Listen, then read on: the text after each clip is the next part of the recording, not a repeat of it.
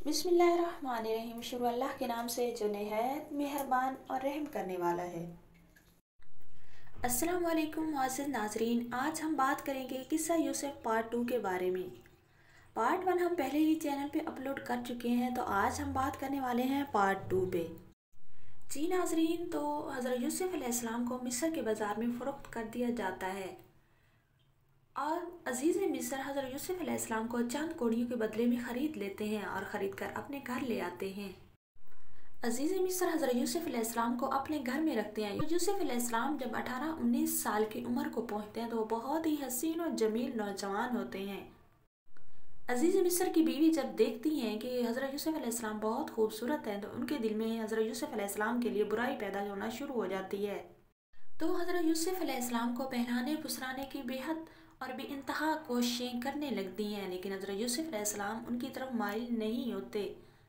तो आखिरकार वो एक दिन बनाव सिंगार करके अपने आप को एक रूम में बंद कर लेती हैं और हज़रत यूसुफ अलैहिस्सलाम को बुलाती हैं और हज़रत यूसुफ अलैहिस्सलाम को कहने लगती हैं कि ये सारा बनाव सिंगार मैंने आपके लिए किया है, और दरवाज़ा बंद कर लेती हैं। हज़रत यूसुफ अलैहिस्सलाम खौफज़दा होकर बाहर की तरफ भागने लगते हैं।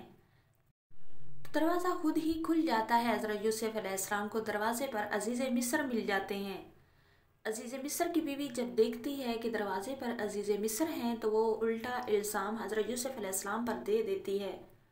वो कहती हैं कि यूसुफ अलैहिस्सलाम मेरे साथ ज़्यादती करने की कोशिश कर रहे थे, लेकिन अजीज़ मिस्र जो है वो सारा मायरा जानते होते हैं। उन्हें पता होता है कि यूसुफ अलैहिस्सलाम ऐसे नौजवान नहीं हैं।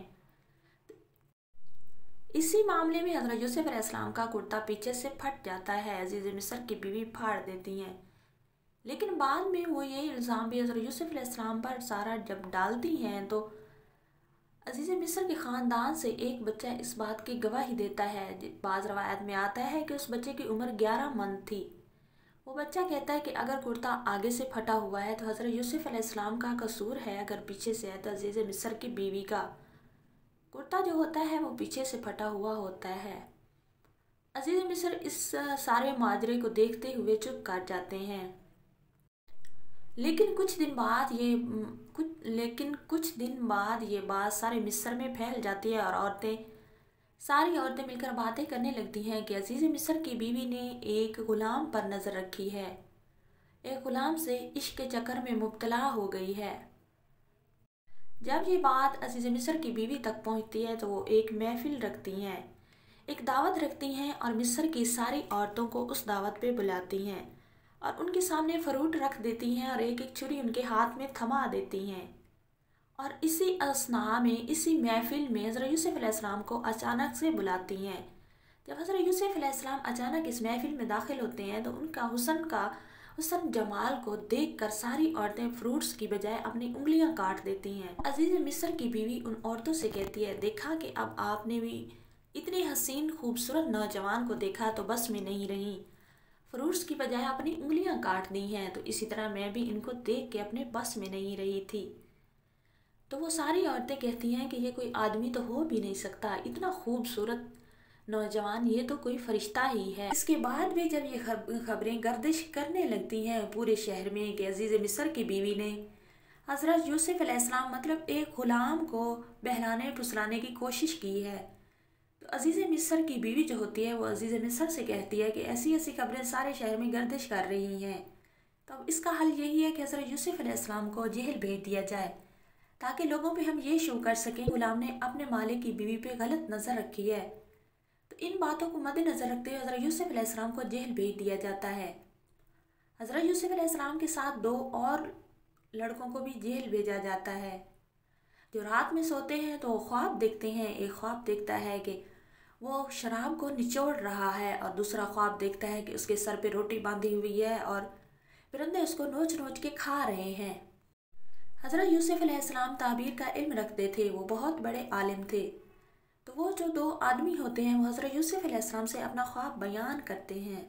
हज़रत यूसुफ अलैहिस्सलाम उन दोनों नौजवानों को ख्वाब की ताबीर बताते हैं और साथ में उन्हें तंबीह भी करते हैं कि आप लोगों ने जो अलग अलग रब बना रखे हैं वो ठीक नहीं है, क्योंकि सब चीज़ों का एक ही रब है। उन लोगों ने अलग अलग रब बना रखे थे। खुश्की का रब कोई और था, पैर का रब और था, बार का रब और था, और रोटी का रब और था, पानी का रब और था। इसी तरह वो पूजा पाठ करते थे। तो यूसुफ अलैहिस्सलाम फरमाते हैं कि क्या अच्छा नहीं है कि सारी चीज़ों का एक ही रब हो। आपने अलग अलग रब बना रखे हैं। उसके बाद यूसुफ अलैहिस्सलाम उनको ख्वाब की ताबीर बताते हैं। यूसुफ अलैहिस्सलाम फरमाते हैं कि जो शराब निचोड़ रहा था, शराब कशीद था, वो बादशाह का साकी बनेगा, और जिसके सर पे रोटी बंधी थी और कौवे नोच रहे थे उसे, तो उसको फांसी की सज़ा सुनाई जाएगी और उसके सर को परिंदे नोच के खाएंगे।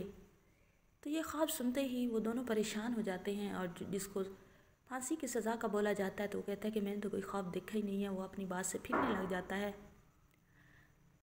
इसके बाद वो दोनों रिहा कर दिए जाते हैं जेल से। यूसुफ अलैहिस्सलाम उन्हें कहते हैं कि आप बादशाह अपने बादशाह से जाके मेरा ज़िक्र ज़रूर करना। लेकिन वो दोनों जब रिहा होकर जेल से जाते हैं तो वो घर जाते तक ये सारा मामला भूल जाते हैं। और एक दिन उनका जो बादशाह होता है, बादशाही लगती है, तख्त लगता है, और उनका बादशाह एक ख्वाब सुनाता है जो बादशाह को रात में ख्वाब आया था।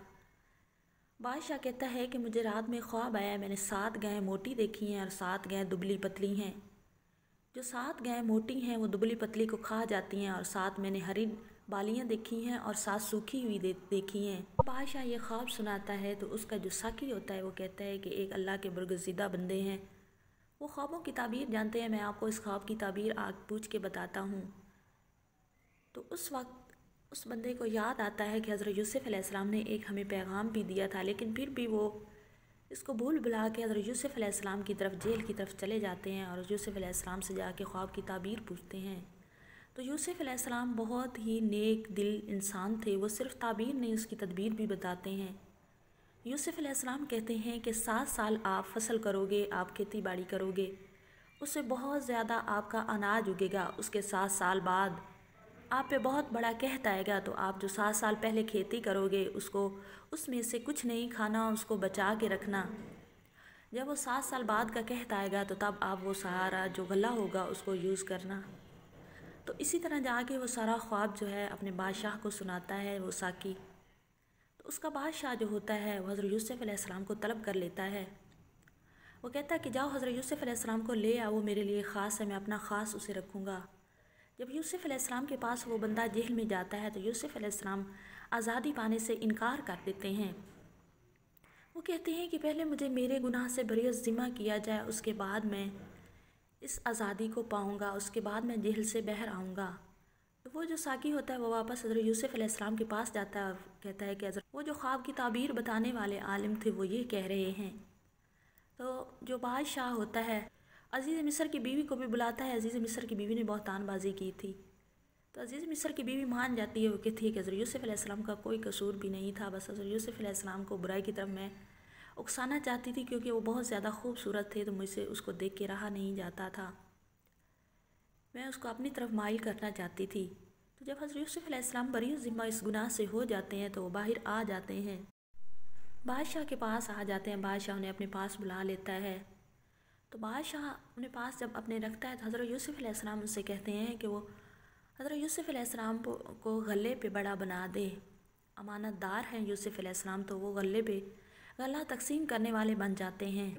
कहत बढ़ जाता है मिस्र में, बहुत दूर दूर से लोग गला लेने के लिए आते हैं। तो वहीं कनान में भी खबर पहुंचती है कि मिस्र में एक बादशाह है जो कि गला देता है, कम कीमत में गला देता है और बहुत ही रहम दिल बादशाह है। तो हज़रत यकूब अलैहिस्सलाम अपने बेटों से कहते हैं कि आप भी मिस्र में जाएं और गला लेके आएँ। हज़रत यकूब अलैहिस्सलाम अपने बेटों को मिस्र की तरफ रवाना कर देते हैं। जब हज़रत यकूब अलैहिस्सलाम के बेटे यूसुफ के पास आते हैं तो हज़रत यूसुफ अलैहिस्सलाम उन्हें पहचान लेते हैं।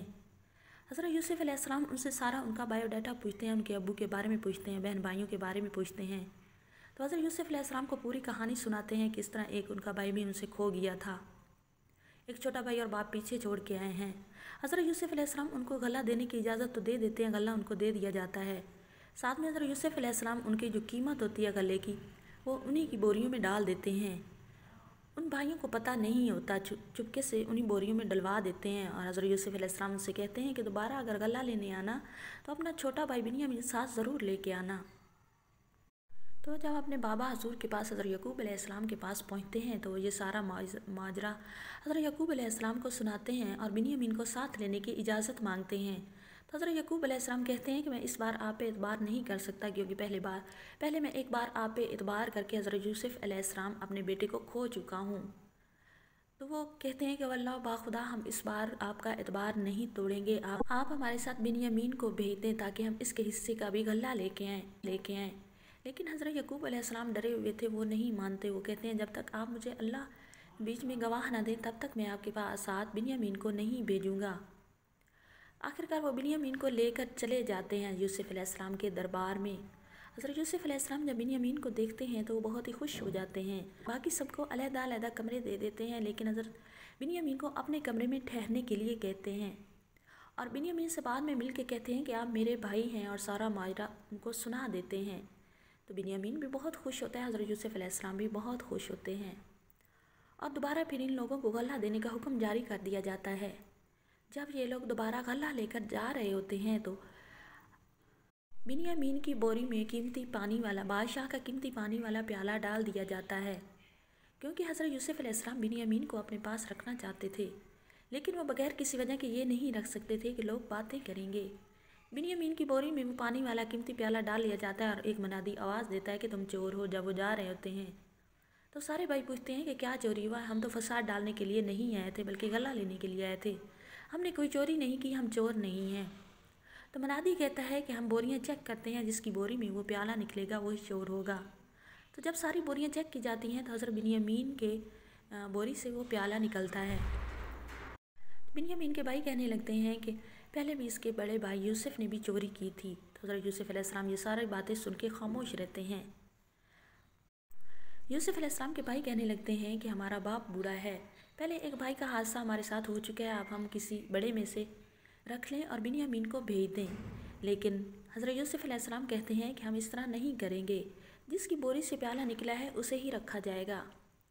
तो इस तरह जब ये सारा माजरा देखते हैं तो भाई बहुत परेशान होते हैं। बड़ा भाई हज़रत यकूब अलैहिस्सलाम के पास जाने से इनकार कर देता है, बाकी भाइयों को हज़रत यकूब अलैहिस्सलाम के पास भेज दिया जाता है। जब सारे भाई हज़रत यकूब अलैहिस्सलाम के पास जाते हैं और उनको बताते हैं कि बिन्यामीन ने चोरी की है, तो हज़रत यकूब अलैहिस्सलाम बहुत परेशान हो जाते हैं और वो कहते हैं कि ऐसा नहीं हो सकता, लेकिन वो सब्र को करने को ही तरजीह देते हैं। और हज़रत यकूब अलैहिस्सलाम कहते हैं कि ऐसा नहीं हो सकता कि अल्लाह मुझे दो बेटों से आजमाया, बल्कि 3 बेटों से आजमाया, तीसरा बड़ा भी वहीं रह जाता है। यकूब अलैहिस्सलाम कहते हैं कि जल्द ही अल्लाह मेरी आजमाइश से मुझे निकालेगा।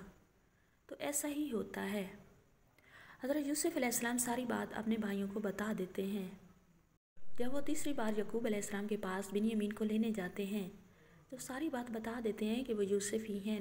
उसके भाई बहुत ज़्यादा शर्मिंदा होते हैं।